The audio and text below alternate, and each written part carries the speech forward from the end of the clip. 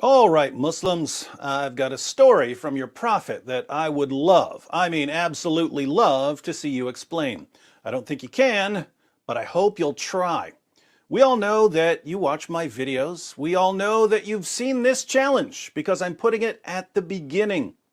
So, if we go to the comment section and we can't find a single Muslim defense of Muhammad, we can only assume that you simply can't defend your prophet on this one. You don't want us to think that you can't defend your prophet, do you? Of course you don't. So pay close attention, and after we read the hadith carefully, I'm going to ask you a few questions. Questions so easy, an illiterate 7th century caravan robber could answer them. I'll start by giving a little background, and then we'll get to a special hadith we're going to examine, a hadith that critics of Islam will soon be adding to their collections. Muhammad is famous for putting his own teachings into the mouths of religious figures who came before him. In other words, when Muhammad talks about Abraham, or Moses, or John the Baptist, or Jesus, he makes them all sound just like Muhammad, when none of them sounded anything like Muhammad. Let's look at two quick examples. Surah 60, verse 4 of the Quran. Indeed, there has been an excellent example for you in Abraham, and those with him, when they said to their people, Verily, we are free from you and whatever you worship besides Allah. We have rejected you, and there has started between us and you hostility and hatred forever until you believe in Allah alone. So Abraham says to the polytheists, there is hostility and hatred between us and you forever until you believe in Allah alone. Does that sound like the Abraham we read about in the Bible? No, Abraham generally tried to get along with the people around him, even when they were total pagans.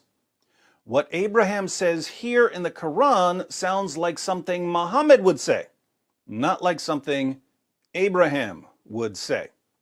Muhammad excelled in what we might call forced posthumous conversion, forcibly converting people to Islam long after their deaths by putting his own words into their mouths in his silly book. Here's another example. In Surah 19, verses 28 to 31 of the Quran, Mary has just given birth to Jesus, and people accuse her of committing adultery. They say, O sister, i.e. the like of Harun, Aaron. The translators added the like of Aaron to try to cover up the fact that Muhammad didn't know the difference between Mary, the mother of Jesus, and Miriam, the sister of Aaron, even though they lived 14 centuries apart. Your father was not a man who used to commit adultery, nor your mother was an unchaste woman. Then she pointed to him, i.e. the baby Jesus. They said, How can we talk to one who is a child in the cradle? He, Isa, Jesus, said, Verily, I am a slave of Allah. He has given me the scripture and made me a prophet, and he has made me blessed wheresoever I be, and has enjoined on me salat, prayer, and zakat, as long as I live. Does that sound like Jesus, let alone baby Jesus? No, that sounds like Muhammad. So Muhammad, over and over again, simply takes other religious figures and turns them into devout Muslims. Not surprising, since he was, after all, a professional robber.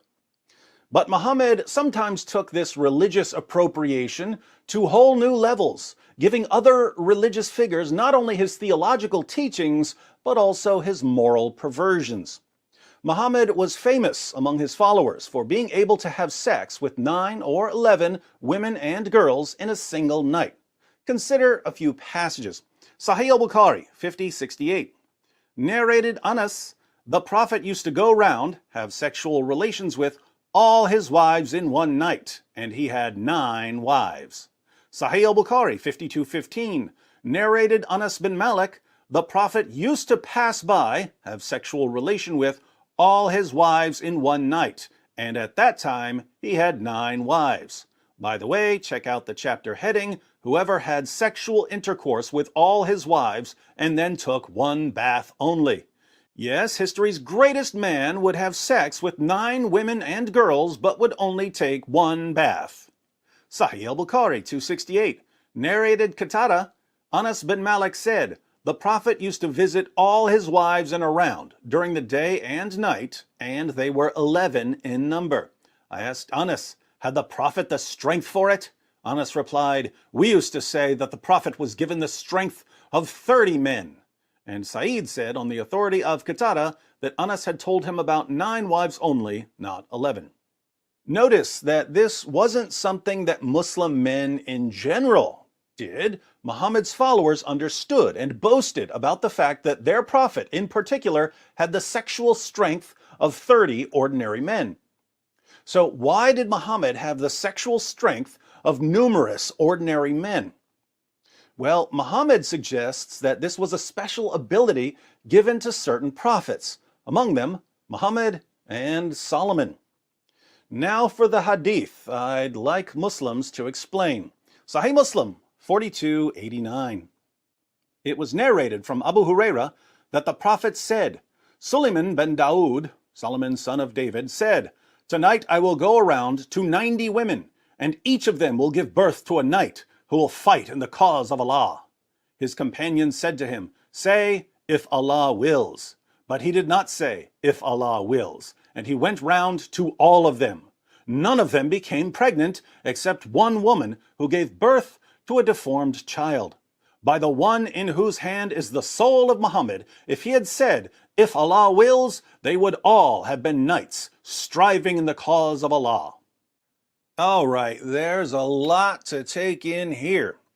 First, when Muhammad's followers claimed that he would have sex with 9 or 11 women and girls in a single day or a single night, the only way I could make sense of this was to assume that he wasn't completing the act with each woman or girl. In other words, if Muhammad was going to one wife, having sex with her for 5 or 10 minutes, but not ejaculating, then moving on to the next wife for 5 or 10 minutes, and so on, and only ejaculating 2 or 3 times for the evening, that would be believable. But in this hadith about Solomon, Solomon believed that he was impregnating 90 women, which means that he was ejaculating in all of them. And since this is Muhammad telling the story, and Muhammad is clearly projecting himself onto Solomon, we can't help but conclude that Muhammad was somehow having 9 orgasms per night with his 9 wives. That would make Muhammad the Superman of sex. Second, do we believe what Muhammad said about Solomon? Do we believe that Solomon actually completed the act of sexual intercourse with 90 women in a single night? Let's assume that he started at 6 o'clock p.m. and that he kept having sex until 3 o'clock a.m. That would be 9 hours of sex. Since there were 90 women, Solomon would have needed to have sex with 10 women per hour. That's 1 woman every 6 minutes. Is this believable? Notice, if you're a Muslim, your prophet is the one who made this claim about Solomon. So you have to believe that Solomon ejaculated into a different woman every 6 minutes for 9 hours straight. Otherwise, your prophet was a liar. Third, Solomon had 10 times as much sex in a single evening as Muhammad had in a single evening, 90 women versus 9 women and girls. So if Muhammad had the sexual strength of 30 men, Solomon must have had the sexual strength of 300 men. The real Superman of sex, then, is Solomon, not Muhammad.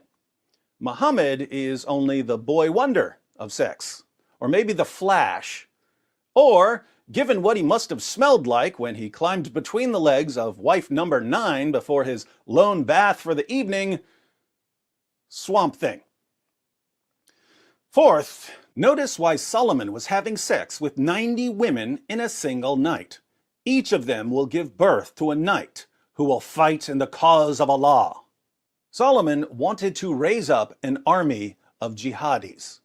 Does that sound like Solomon, or does that sound more like Muhammad?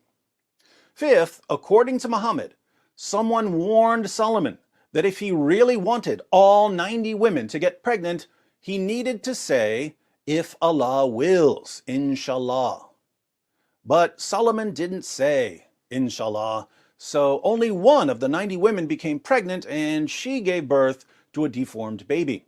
If Solomon had said, inshallah, he would have impregnated all 90 women, and all 90 women would have given birth to jihadis. We can only wonder why Solomon, after learning his lesson, didn't simply try again later, this time remembering to say, inshallah. We also have to wonder why Muhammad didn't take his own advice. Muhammad had at least 9 wives at one time. How many jihadis did he raise? Did he forget to say inshallah too? Now, since I've invited our Muslim friends to defend their prophet in the comments section, let me help them by asking a few questions. 1, do you believe that Muhammad had sex with 9 women and girls in a single night while only taking 1 bath, as we read over and over again in the Muslim sources?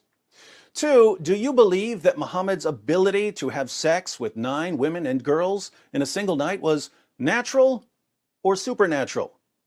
Did he have that ability by nature, or did Allah miraculously bestow on him the ability to sexually perform 9 times a night? 3, none of the 9 women and girls that Muhammad would have sex with in a single night ever became pregnant. Muhammad had 3 sons and 4 daughters. 6 of his children were born to Khadijah, who died before he married these 9 women and girls. 1 of his children was born to his sex slave, Mary the Copt. None of his 9 wives in the hadiths we read ever became pregnant. But according to Muhammad, all he needed to do was to say, inshallah, and that would have somehow impregnated them. So, why didn't he say it, or why didn't it work? 4, do you believe that Solomon had sex with 90 women in a single night? 5, do you believe that Solomon's ability to have sex with 90 women in a single night was natural or supernatural? 6, when Allah was handing out supernatural sexual abilities to his prophets, why did he give Solomon the sexual strength of 300 men while only giving Muhammad the sexual strength of 30 men? 7, do you believe that if Solomon had simply uttered inshallah before climbing on top of 90 different women, all 90 of these women would have given birth to jihadis? 8, since Solomon was known for his wisdom, even in the Quran and the Hadith, why didn't he simply learn his lesson, have sex with 90 women again, and remember to say inshallah? 9, given your ridiculous answers to questions 1 through 8, or your failure to offer any answers, how can you expect us to take your prophet seriously? 10, why am I the first person to tell you about this hadith? There are a bunch of them in your most trusted collections, giving variations of the same story about Solomon. This is something that your prophet said to his followers to convince them to say inshallah. Why do your leaders hide these passages from you? Why do the kuffar have to tell you what your prophet really said? Those are my questions for Muslims, but I also have a question for you non-Muslims. Here goes.